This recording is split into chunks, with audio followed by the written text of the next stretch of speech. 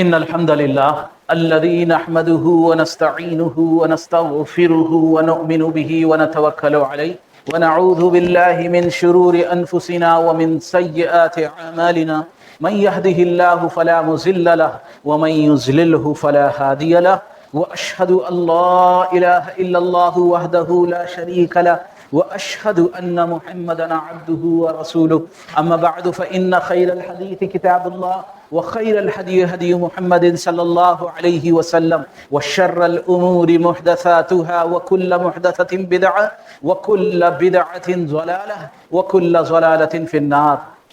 قال الله سبحانه وتعالى في القرآن المجيد والفرقان الحميد: أعوذ بالله العظيم وبوجهه الكريم وسلطانه القديم من الشيطان الرجيم من همزه ونفخه ونفسه.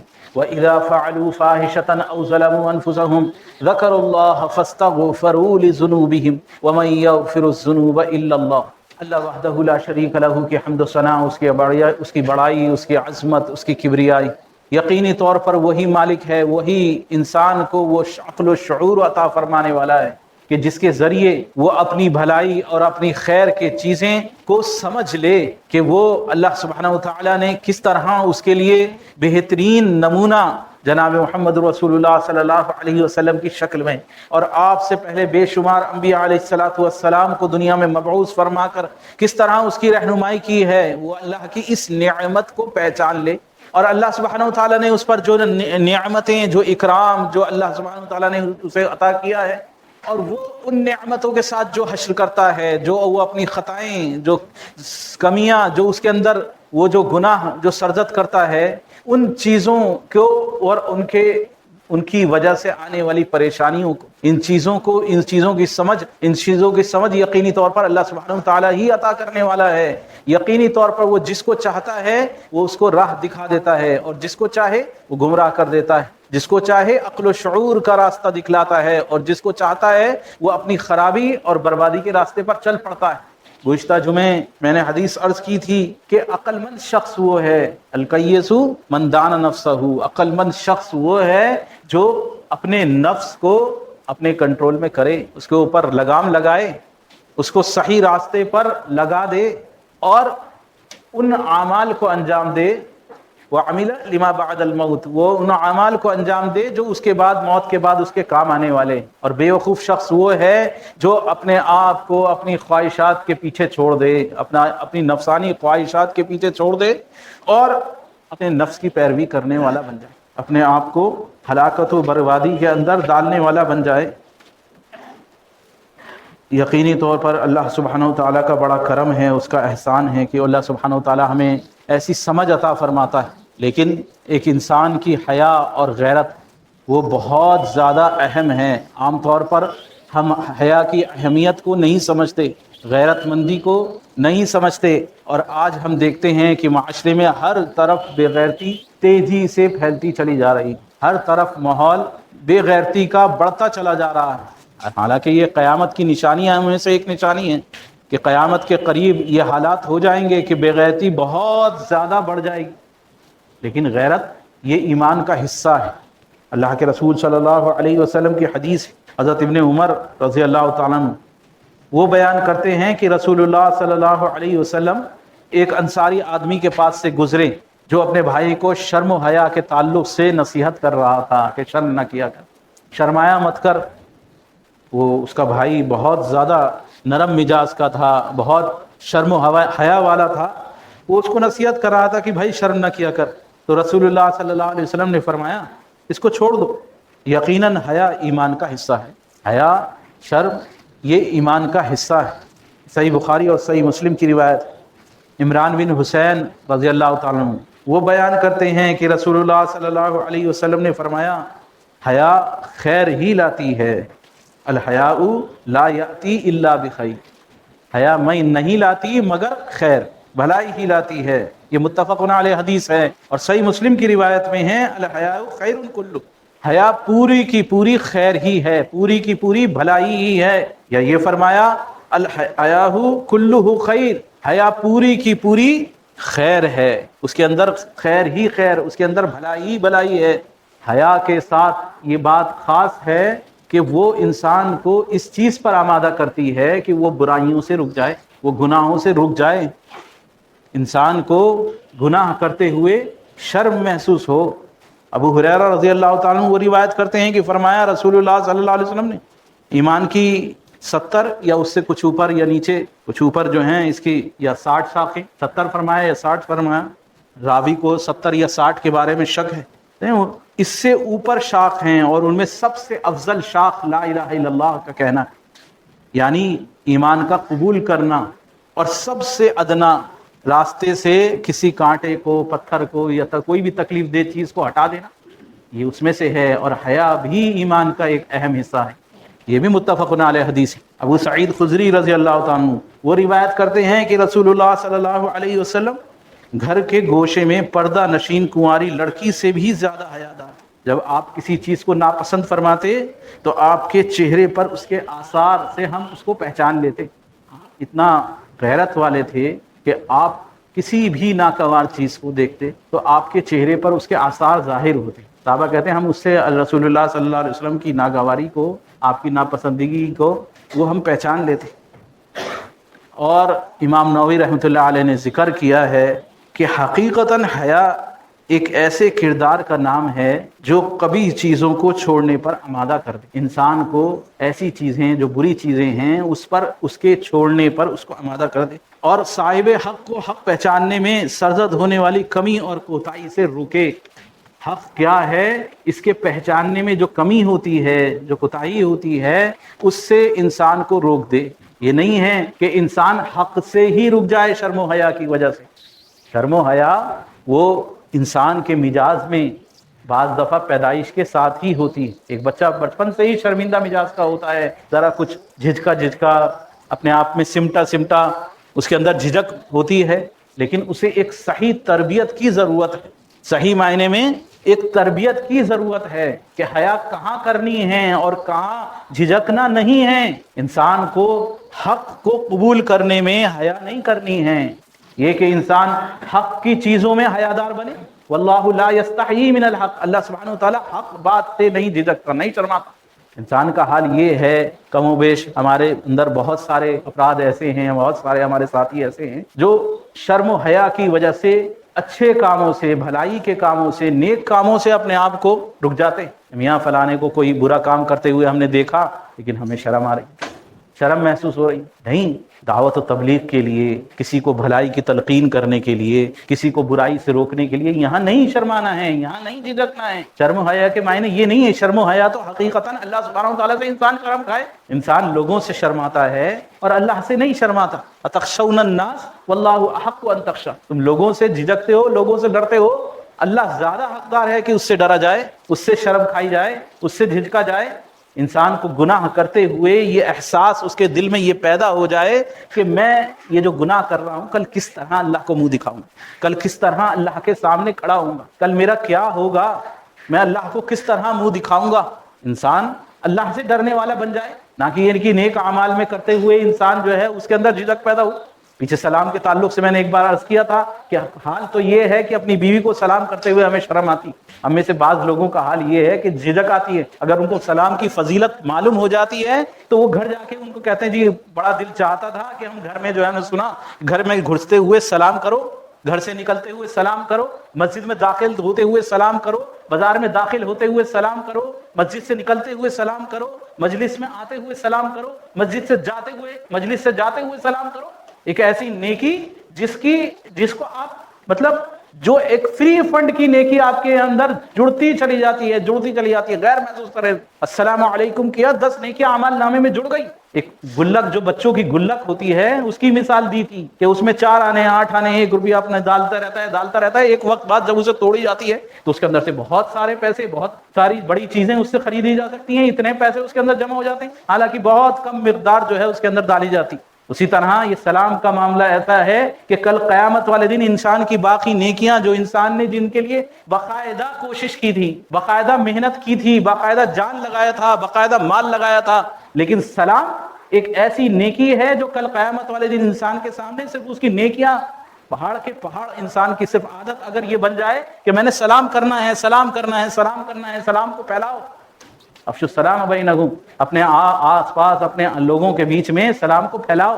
تو ہونا تو یہ چاہیے تھا کہ ہم چھوٹے بڑے ہر جگہ اٹھتے بیٹھتے سلام سلام سلام ہونا چاہیے تھا، کیونکہ ہر سلام پر اعمال نامے میں نیکی جڑتی چلی جا رہی ہے۔ آپ کے راستے میں ملے، آپ 10 آدمیوں سے ملتے چلے گئے، سلام کرتے گئے، دل جڑ رہے ہیں، محبت جڑ رہی ہے، سنت پر عمل ہو رہا ہے اچھے طریقے سے۔ سلام بھی یہ کہ اس میں مسکراہٹ ساتھ میں شامل ہو، کہ اپنے بھائی سے خندہ پیشانی سے ملو، یہ نہیں کہ سلام بھی ایسا ہو کہ جیسے لٹ مار رہے ہوں، سلام بھی ایسا ہو کہ پتہ نہیں کون سی جنگ، کہ وہ سلام ایسا کرتا ہے جیسے پتہ نہیں لڑنے مرنے کو تیار ہے، راستے میں ایسے سلام کرتا ہے السلام علیکم السلام علیکم، نہیں ایسے نہیں۔ اللہ کے رسول صلی اللہ علیہ وسلم نے فرمایا کسی نیکی کو حقیر مت جانو، اپنے بھائی سے خندہ پیشانی سے، اپنے بھائی سے کھلے چہرے کے ساتھ، حدیث کے الفاظ ہیں کھلے چہرے کے ساتھ ملو۔ تو چہرہ کیسے کھلتا ہے؟ کوئی کٹ لگائیں گے اس کے اندر جو کھلے گا، یا آنکھیں کھولیں گے؟ آنکھیں تو کھلی ہوئی ہیں آٹومیٹکلی، ناک بھی کھلی ہوئی ہے، اس کو بھی کھولنے اور بند کرنے کا کوئی سسٹم نہیں ہے، کان بھی کھلے ہوئے ہیں، پھر چہرے کا کون سا حصہ کھلتا ہے؟ صرف یہ ہونٹ ہے، ان ہونٹوں کو تھوڑا سا کھول، ان ہونٹوں پہ تھوڑی سی مسکراہٹ لے آؤ، ایک اچھے انداز سے مسکرا کے ملو گے۔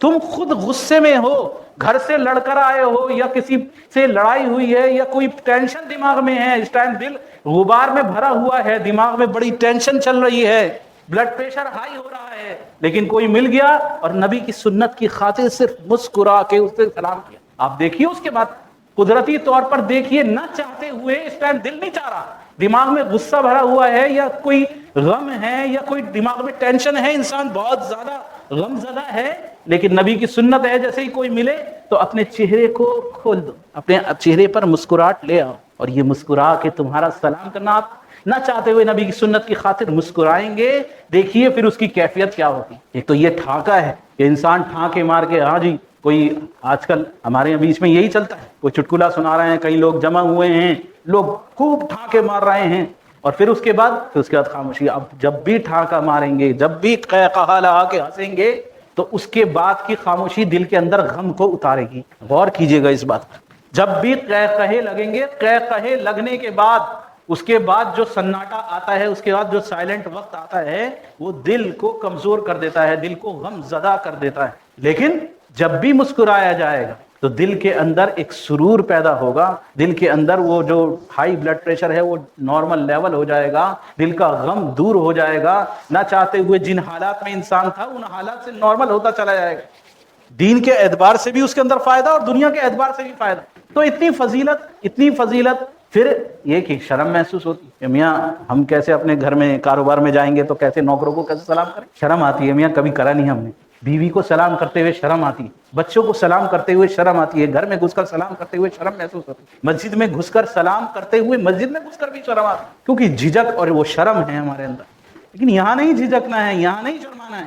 سالوں سے میاں نماز نہیں پڑھی، اللہ نے ہدایت دے دی، سمجھ دے دی، عقل و شعور دے دیا، اب نماز کی اللہ نے ہدایت دے دی ہے، اب بھی شرم محسوس ہوتی۔ کتنے لوگ ایسے ہیں، بلکہ ایک پڑوس کے ایک اسلامی مسلمانی علاقہ آتا خالد صاحب، وہاں ایک گھر کے اندر ایک صاحب سے ملاقات ہوئی، کہتے جی ہم نے کبھی زندگی میں روزہ ہی نہیں رکھا، ہمارے گھر میں کبھی کسی نے روزہ ہی نہیں رکھا، ماحول ہی نہیں ہے۔ اب مجھے پتا چلا ہے لیکن شرم آتی ہے مجھے، گھر والے کیا کہیں گے کہ میاں یہ جو ہے لو یہ نیا نیا ملا بنا ہے۔ تو نماز پڑھتے ہوئے یا روزہ رکھتے ہوئے یا اللہ کی عبادت کرتے ہوئے، سلام کرتے ہوئے، کسی نیکی کو کرتے ہوئے شرم کا محسوس ہونا، یہ شرم نہیں ہے، یہ غیرت نہیں ہے، یہ کوئی اچھی چیز نہیں ہے۔ انسان کو حقیقتاً ہمیشہ اللہ کا دھیان کرنا چاہیے، کہ اللہ کے سامنے کھڑا ہونے سے انسان کو محسوس ہونا چاہیے کہ شرم، میرے اندر شرم محسوس ہونی چاہیے۔ نقل کیا ہے ابو القاسم جنید رحمۃ اللہ علیہ کا قول امام نووی نے، کہ نعمتوں اور کوتاہیوں کو دیکھ لینے کا نام حیا ہے، نعمتوں اور کوتاہیوں کو دیکھ لینے کا نام حیا ہے، اور ان دونوں کے درمیان پیدا ہونے والی حالات کو حیا کہتے ہیں۔ انسان اللہ کی نعمتوں کو پہچان لے کہ اللہ کی جو نعمتیں ہیں، جو کچھ مجھ پر اللہ نے انعام کیا ہے، تو اس انسان اسی سے شرمندہ ہو جائے کہ اللہ نے مجھے رات کو بستر دیا تھا، گرم لحاف دیا تھا، اور میں نے کیا اس کا احسان ادا کیا کہ صبح فجر ہی اڑا دی۔ اللہ نے مجھے عزت دی تھی، اللہ نے مجھے زبان دی تھی، ہونا تو یہ چاہیے تھا کہ میں خیر کو پھیلانے کا ذریعہ بن، لیکن میں تو شر کے پھیلانے کا ذریعہ بن گیا۔ میرے اندر وہ جو اللہ کے لیے جو خشیت اور جو خوف پیدا ہونا چاہیے تھا اللہ کی نعمتوں کے ساتھ، جو کچھ اللہ نے مجھے عطا کیا ہے ہر جگہ میں تو اس نعمتوں کا شکر گزار ہونا چاہیے. دنیا میں مقولہ مشہور ہے کہ ہم نے تمہارے ساتھ اتنا احسان کیا اور تم نے کیا نمک تمہارے حرامی کری. تو اس مالک کائنات کا، اس خالق کائنات کا، اس رب العزت نے کتنا تم پر احسان کیا ہے، کتنا تمہیں اپنی نعمتوں سے نوازا ہے، پھر تم اس کی نعمت کو نہیں پہچانتے. فبأي آلاء ربكما تكذبان، اللہ کی کن کن نعمتوں کے تم منکر ہو جاؤ. تو نعمتوں کو پہچان لینے کا نام اور اپنی کوتاہیوں کو سمجھ لینے کا نام یہ ہے حیا، کہ میں نے کیا کیا اور مجھے کیا ملا. کسی نے میرے ساتھ کیا احسان کا معاملہ کیا، میں نے اس کے ساتھ کیا کیا. اللہ کوئی نہیں دیکھ رہا تھا، اللہ دیکھ رہا تھا میں کیا عمل انجام دے رہا تھا. اسی کو حیا کہتے ہیں. نعمتوں اور کوتاہیوں کے بیچ کی جگہ کہ انسان دونوں کے درمیان پیدا ہونے والی حالت، کہ ان کے بیچ میں جو حالات پیدا ہوتے ہیں اسی کا نام حیا ہے. آج کم و بیش کیا حالات ہیں، آج کتنی بغیرتی بڑھتی چلی جا رہی ہے ہمارے معاشرے کے اندر، ہمارے ماحول کے اندر. یہ کہ ہم اللہ سے ڈرتے، اللہ کے دین کا کام کرنے میں آگے بڑھتے، اللہ سے خوف کھاتے، اپنی زندگی کو سنوارتے، دوسروں کی سنوارنے کا ذریعہ بنتے، اس کی جگہ یہ حال ہے کہ معاشرے کے اندر آج ایک ہوڑ لگی ہوئی ہے. لوگ پریشان ہیں، لوگ تجارتوں سے، کاروبار سے، روزی دھندوں سے، سب چیزوں سے پریشان ہیں کہ میاں بڑی پریشانی ہے، کام دھام ویسے نہیں رہے، کاروبار ویسے نہیں رہے. 100 میں سے 90 لوگوں کے حالات ایسے کہ میاں وہ ایک وقت ہوتا تھا، لوگوں کے زمانے میں ایک وقت ہوتا تھا، کام ہوا کرتا تھا. آج کل ریسیشن کا دور ہے، مندی کا دور ہے، ہر طرف جو ہے کاروبار جو ہے وہ سمٹتے چلے جا رہے ہیں، کام دھندے سمٹتے چلے جا رہے ہیں، تنگی ہے، اور یہ ساری چیزیں، یہ ساری پریشانیاں اپنی آنکھوں کے سامنے ہم دیکھیں. لیکن اس کے باوجود جب شادی بیاہ کا ٹائم آتا ہے تب پتہ چلتا ہے ساری مندی کہاں ہے. جو اس کے اندر فضول خرچیاں ہوتی ہیں اور پھر اس میں جو بغیرتی کی چیزیں ہوتی ہیں، آگے بڑھتے چلے جا رہے ہیں. اس میں سب عورتوں کو، مردوں کو، سب بھیڑ بکریوں کی طرح ایک جگہ ڈال دو. سب تو میری بیوی کو دیکھ، میں تیری بیوی کو دیکھتا ہوں، سب بغیرتی. اور یہ تو اور آگے بڑھو، لڑکا لڑکی دونوں کو بٹھا کے چلو جی منگنی ہو رہی. اب لڑکا لڑکی جو ہے ہم ذرا فارورڈ ہیں، تم لوگ تو بیکورڈ ہو. تم لوگوں کو کہا اتنا فتح ہم آگے چلتے، تو اسٹیج پہ ایک جگہ کرسی لگا کے ایک جگہ چلو جی. اب لڑکا لڑکی کو اپنے ہاتھ سے جو ہے انگوٹھی پہنا رہا ہے، لڑکی لڑکے کو، لڑکا لڑکی کو پہنا رہے ہیں. پھر ڈی جے شادی میں باقاعدہ لگایا جاتا ہے، گھٹنے کی رسمیں ہوتی ہیں، عورتیں جو ہیں مردوں کے ساتھ جڑتی ہیں. اس کو کیا کیا رسمیں ہوتی ہیں بخوبی جانتے ہیں، ان کو ساری ڈیٹیلز پوری ایک ایک چیز بیان نہیں کی جا سکتی. پھر یہ کہ عورت مرد جو ہے شادی کے نام پر، کیوں خوشی کا وقت ہے، کوئی ایسی بات نہیں ہے، خوشی کے وقت تھوڑا بہت جو ہے چل سکتا ہے، ایسا کوئی منع نہیں ہے. دین بہت آسان، عورت مرد سب مل کے سب ڈانس کرو، سب ناچو. عورتوں کو تو ان کو تو لباس اتروا دیے ان کے، اور مردوں کے لباس جو ہے وہ کس دیے. مرد پورا ٹائی بھی لگائے گا، سب کچھ لگائے گا، جو ڈھکنے کی چیز ہے ٹکنے وہ بھی چھپا لے گا پورے نیچے پیروں تک. جب تک گھسیٹنے والی پینٹ نہیں پہنے گا تب تک نہیں ہوگا. اور عورت کی پینٹ اور عورت کا کپڑا وہ اور سکڑتا چلا جاتا ہے اور چھوٹا ہوتا چلا جاتا ہے. اوپر سے بھی چھوٹا کرو، نیچے سے بھی چھوٹا کرو، جو پہنی ہوئی ہے اس کو بھی تھوڑا ٹرانسپیرنٹ کر دو، نیٹ میں ڈال دو، جالی دار کر دو. اور یہ بغیرتی اچھی لگ رہی ہے. وَإِذَا فَعَلُوا، اللہ سبحانہ تعالیٰ نے حضرت آدم علیہ السلام کو شیطان سے بہکانے کا ذکر کیا ہے سورہ اعراف میں، کہ جب وہ بے حیائی کے، بغیرتی کے کام، شیطان کا تو کام یہی ہے کہ ان کو بغیرتی کی طرف لے جائے، ننگا کر دے. کیونکہ حضرت آدم علیہ السلام کے کپڑے اس نے اتروائے تھے.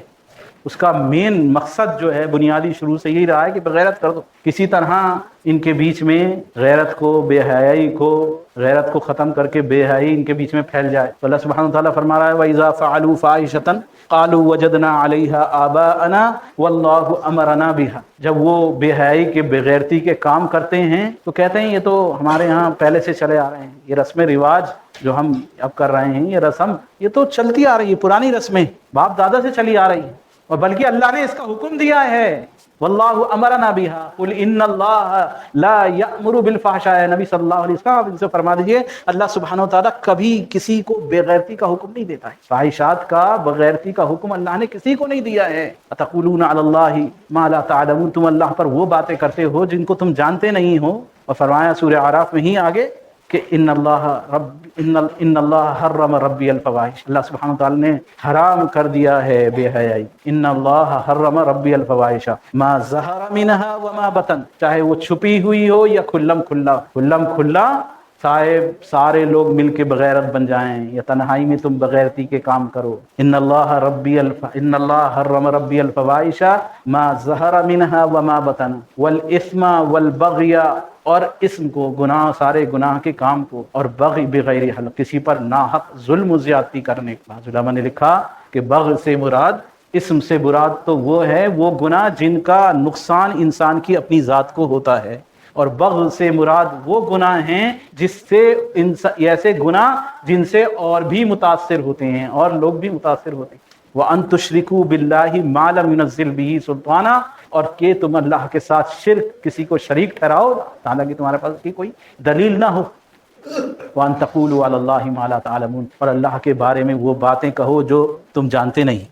تو بغیرتی کا حکم اللہ نے نہیں دیا ہے. اور یہ جو حالات اور پریشانیاں جو آ رہی ہیں وہ سب کچھ اپنی کرتوتیں ہیں، اپنے اعمال کی وجہ سے ہیں. انسان نعمتوں میں ہوتا ہے، اپنی نعمتوں کو خود ختم کرنے کا ذریعہ بن جاتا ہے. اللہ سبحانہ وتعالی نے سورہ رعد میں فرمایا ان اللہ لا یغیر ما بقوم حتی یغیروا ما بانفسہم، اللہ سبحانہ وتعالی کسی قوم کی حالات کو تب تک نہیں پلٹتا جب تک وہ خود اپنے حالات کو پلٹنے کی کوشش نہ کرے. اور بلکہ سورہ انفال آیت نمبر 52، 53، 54 اللہ سبحانہ وتعالی نے آل فرعون کا ذکر کیا. کتاب آل فرعون والذین من قبلہم، آل فرعون بڑے فروانی میں تھے، 400 سال کی حکومت فرعون کی تھی، عیش و عشرت حکومت کے دن تھے، بڑے آرام سے زندگی گزر رہی تھی. آل فرعون اور اس سے پہلے کے لوگ کفروا بآیات اللہ فاخذہم اللہ بذنوبہم، انہوں نے اللہ کی نافرمانی کی، اللہ نے ان کی نافرمانی کی وجہ سے ان کی پکڑ کر لی. یہ 52 نمبر آیت ہے. اور 54 نمبر، بیچ کی آیت کو چھوڑ دیں تو 54 نمبر میں پھر اسی کا ذکر کیا. کدأب آل فرعون والذین من قبلہم کذبوا بآیات ربہم فاہلکناہم بذنوبہم، انہوں نے اللہ کی نشانیوں کو، اللہ کے فرامین کو جھٹلایا، اللہ نے اس کی وجہ سے ان کا مواخذہ کر لیا، ان کی پکڑ کر لی. اور بیچ میں 53 نمبر آیت میں وضاحت کر دی، بالکل کلیئر کر دیا کہ نعمتیں چھن جاتی ہیں کس وجہ سے. ذالک بأن اللہ لم یک مغیرا نعمتا انعمها على قوم حتی یغیروا بانفسہم، اللہ سبحانہ وتعالیٰ کسی قوم کی نعمتوں کو نہیں چھینتا، کسی سے اس کی نعمتیں نہیں چھینتا، مگر یہ کہ وہ خود ایسے اعمال انجام دے دے، خود اللہ کی نافرمانی کی وجہ سے وہ نعمتیں سلب کر لی جاتی ہیں. یہ پریشانیاں، یہ حالات، یہ مصیبتیں، جن چیزوں میں تم گرفتار ہوتے ہو وہ سب کس وجہ سے آتے ہیں؟ اس وجہ سے کہ تم اپنا خود بربادہ کرنے پر تلے ہوئے ہو، اپنے آپ کو خود ہی ہلاکت میں تم نے ڈالا ہے. ہر طرف فاحشات، بے حیائی، بے غیرتی انتہا پر ہے، اور ہم اس کو اگنور کرتے چلے جاتے ہیں، بے دھیانی، بے توجہی کے ساتھ گزرتے چلے جاتے ہیں. نہیں، ایسی شادی میں، ایسی رشتہ داری کو نبھانے کی شریعت اجازت نہیں دیتی. جہاں بے غیرتی کے عمل انجام دیے جا رہے ہوں، جہاں عورتیں اور مرد ایک جگہ جمع ہوں، اسلام اجازت نہیں دیتا اس کی. کیوں؟ کیونکہ ایک دن اللہ کے سامنے کھڑا ہونا ہے، ایک دن اللہ کو منہ دکھانا ہے. سورہ مومنون کی آخری آیتیں، بس اسی پر انشاءاللہ انتظام کروں گا. یہ لمبی آیتیں ہیں، یہ غور کرنے کی ہیں کہ حقیقتاً ہم کس طرح اپنے آپ کو بالکل آزاد چھوڑ رکھا ہے. جو چاہے عمل انجام دو، جو چاہے کر گزرو، جیسے چاہے کرو، لیکن بھول گئے ہیں کہ ایک دن اللہ کے سامنے کھڑا ہونا ہے. اللہ سبحانہ وتعالیٰ نے موت کا نقشہ کھینچا، حتی اذا جاء احدہم الموت، یہاں تک کہ ان میں سے کسی کو جب موت آتی ہے، جب موت کا فرشتہ آتا ہے، موت کا وقت ان کا آتا ہے، حتی اذا جاء احدہم الموت قال رب ارجعون، وہ کہتے ہیں کہ اللہ ہمیں واپس ہمیں بھیج دے. لعلی اعمل صالحا فیما ترکت کلا، جو کچھ کر رہے تھے ان کاموں کو چھوڑ کر ہم عمل صالح انجام دیں گے، نیک اعمال ہم انجام دیں گے، ہمیں واپس بھیج.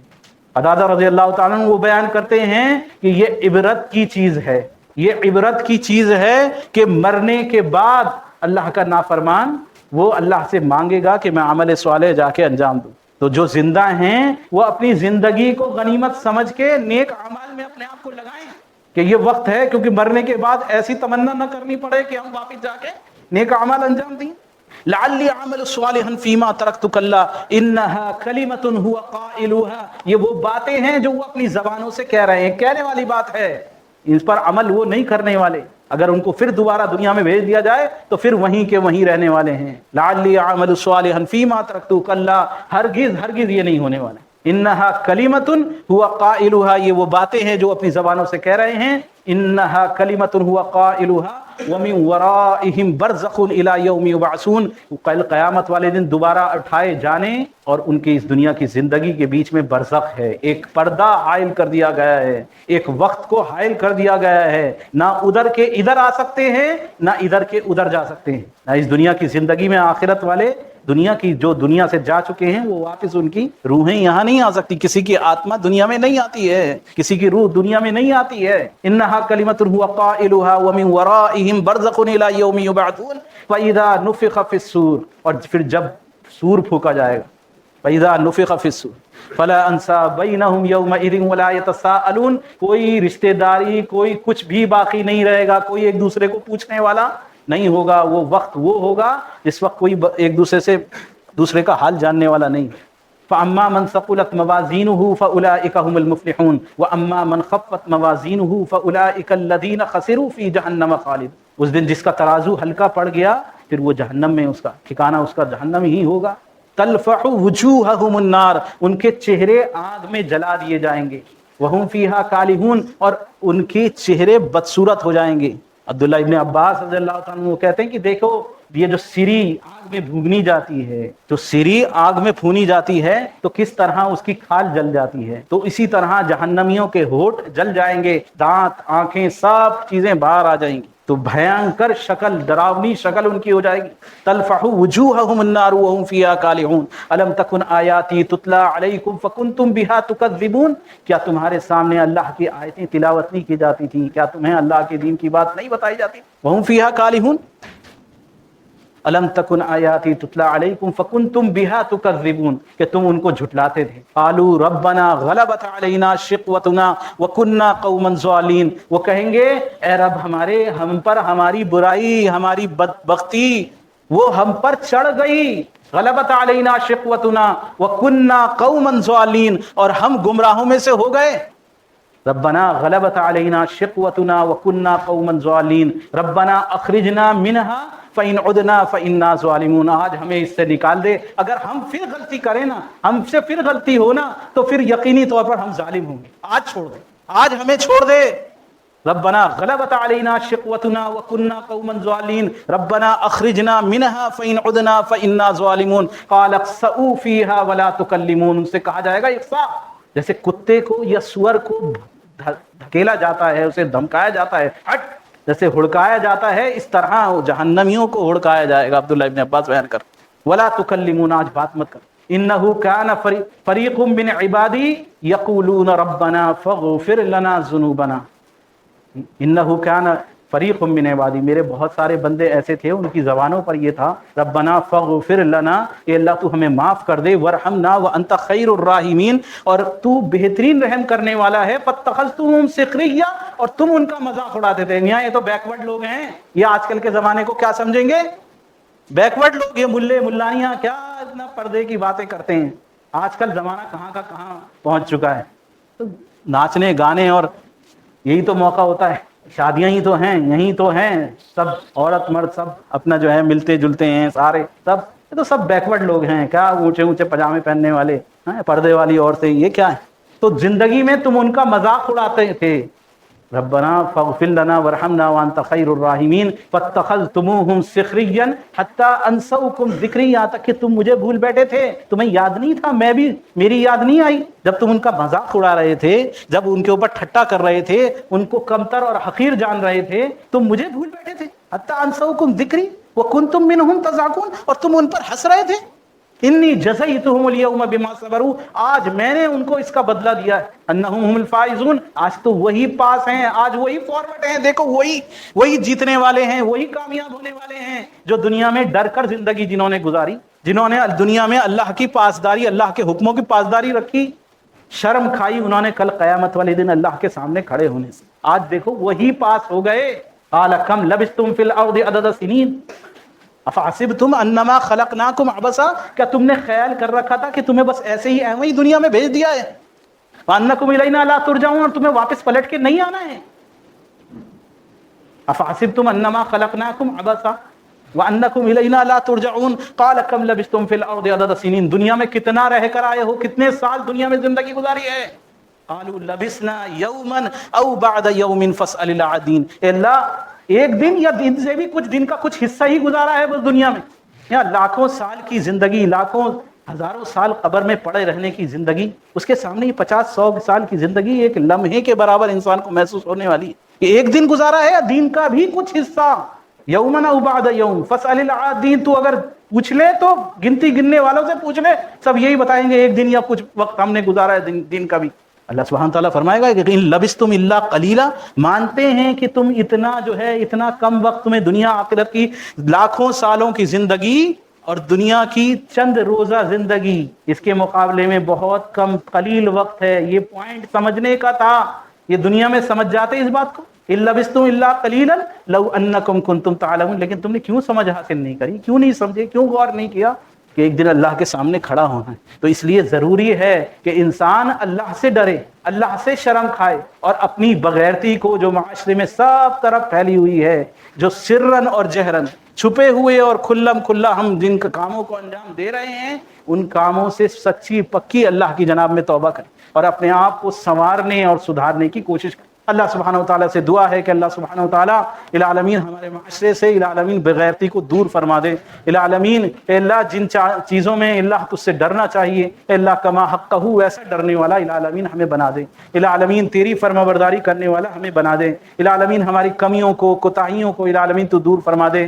اے اللہ آخرت میں جو بے عزت ہونے والے ہیں، جن پر تیری پکڑ ہونے والی ہے، جن پر تیرا عذاب ہونے والا ہے، العالمین ان میں سے العالمین تو ہمیں نہ فرما۔ العالمین آخرت میں جن پر تیرا انعام ہونے والا ہے، العالمین ایسے بندوں میں ہمیں شامل فرما دے۔ العالمین دنیا میں بھی ہم پر کرم فرما دے، ہم پر سختی نہ فرما، العالمین ہماری پکڑ نہ فرما، العالمین آخرت کے عذاب سے بھی العالمین ہمیں محفوظ فرما دے۔ العالمین اے اللہ تمام ہمارے گناہوں کو العالمین تو معاف فرما دے، جو جان کر انجانے میں، اللہ رات کے اندھیرے میں، دن کے اجالے میں جو بھی ہم نے العالمین انجام دیے ہیں، العالمین تمام گناہوں کو العالمین تو معاف فرما دے۔ بلا شبہ تو سب گناہوں کو جاننے والا ہے۔ العالمین دنیا اور آخرت دونوں جہانوں کے ہر پریشانی، ہر بلا، ہر آفت، ہر بیماری سے ہم کو اور ہمارے اہل خانہ کو اور تمام مسلمانوں کو العالمین محفوظ فرما دے۔ دنیا اور آخرت دونوں جہانوں کی تمام خیر و بھلائیاں العالمین نصیب فرما دے۔ اے رب العالمین جو پریشان حال ہیں ان کی پریشانیوں کو دور فرما، تمام بیماروں کو العالمین تو شفا عاجلہ کاملہ دائمہ عطا فرما۔ العالمین تمام خیر کے فیصلے ہمارے حق میں فرما، تمام شرور سے ہماری حفاظت فرما،